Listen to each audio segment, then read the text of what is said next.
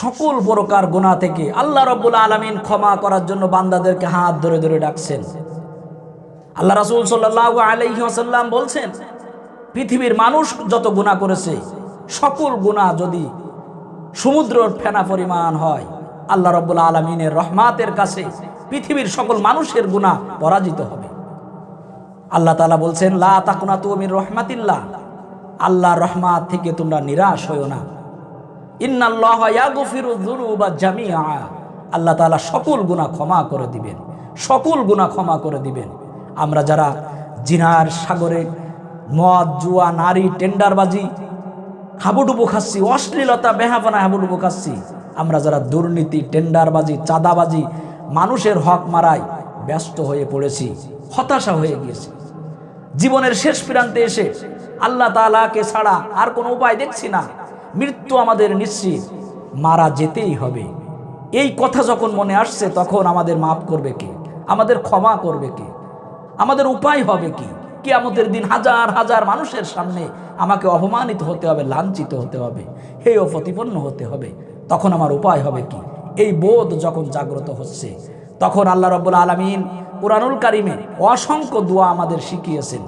তার ভিতরে আল্লাহ তাআলা বলছেন, উদউনি আস্তাজিব লাকুম, তোমরা আল্লাহকে ডাকো, আল্লাহ রাব্বুল আলামিন তোমাদের ডাকে সাড়া দিবেন। আল্লাহ রাসূল সাল্লাল্লাহু আলাইহি ওয়াসাল্লাম বলছেন, ভোর রাত্রে যখন তাহাজ্জুদ নামাজ পড়ার সময় হয় তখন আসমান থেকে ফেরেশতারা এসে বলে, কে আসো তার জীবনের গুনাহগুলো ক্ষমা করার জন্য আল্লাহ তাআলার কাছে হাত তুলে দিবে?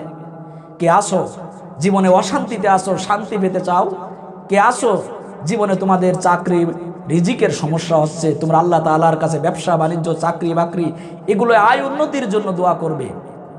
আল্লাহ তাআলার এই ফজরের নামাজের আগ মুহূর্তে দোয়া করলে কবুল হয়ে যায়।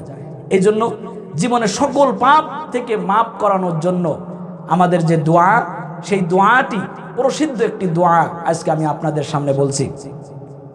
আল্লাহ রাব্বুল আলামিন সূরা মুমিনুনের 118 নম্বর আয়াতে বলছেন, ইয়া রব্বিগফির ওয়ারহাম ওয়া আনতা খায়রুর রাহিমিন। এই দোয়াটি যদি আমরা বারবার পড়ি, ইয়া রব্বি ইগফির ওয়ারহাম ওয়া আনতা খায়রুর রাহিমিন, ইয়া রব্বি ইগফির ওয়ারহাম ওয়া আনতা খায়রুর রাহিমিন, এই দোয়াটি যদি আমরা গভীর রজনীতে তাহাজ্জুদ নামাজ পড়ার সময় উঠে পাক পবিত্র হয়ে ওযু করে যাই নামাজের পাটিতে দাঁড়িয়ে যে 2 রাকাত নামাজ আমরা যদি আদায় করি আল্লাহ তাআলার কাছে ক্ষমা চাওয়ার জন্য, জীবনের গুনাহগুলো মাফ করার জন্য, নামাজ শেষ হলে দোয়া, দুরুদ, তাসবিহ, তাহলিল পড়ার পরে এই দোয়াটি যদি আমরা পাঠ করি, ইয়া রব্বি ইগফির ওয়ারহাম ওয়া আনতা খায়রুর রাহিমিন, ইয়া রব্বি ইগফির ওয়ারহাম ওয়া আনতা খায়রুর রাহিমিন, তাহলে অবশ্যই আল্লাহ রাব্বুল আলামিন আমাদের জীবনের সকল গুনাহ ক্ষমা করে দিবেন।